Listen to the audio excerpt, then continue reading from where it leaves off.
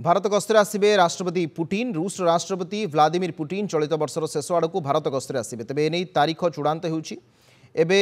मस्को गस्तर अच्छा जातीय सुरक्षा परामर्शदाता अजित डोभाल रूस सुरक्षा परिषद सचिव सर्गेई शोइगुं सहित आलोचना कर जातीय सुरक्षा परामर्शदाता अजित डोभाल पुटिन को आगामी गस्त पर नुआदिल्ली उत्साहित बोली कहते अजित डोभाल 2022 रे रूस यूक्रेन युद्ध आरंभ होगा पर पुटिन को यह प्रथम भारत गस्त है। जातीय सुरक्षा परामर्शदाता अजित डोभाल मस्को गस्त अवसर यह निश्चित कर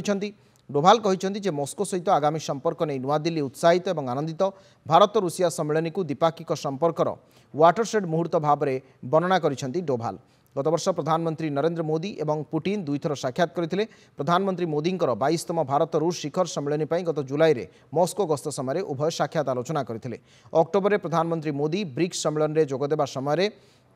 काजान रे दुई नेता पुणी थे साक्षात करते। भारत द्वारा रूस तैल क्रय जारी रखा नहीं नुआदिल्ली और वाशिंगटन मध्य वृद्धि पाउथिबा वाणिज्य उत्तेजना मध्य पुटिन गस्त एक संवेदनशील समय आसुछि।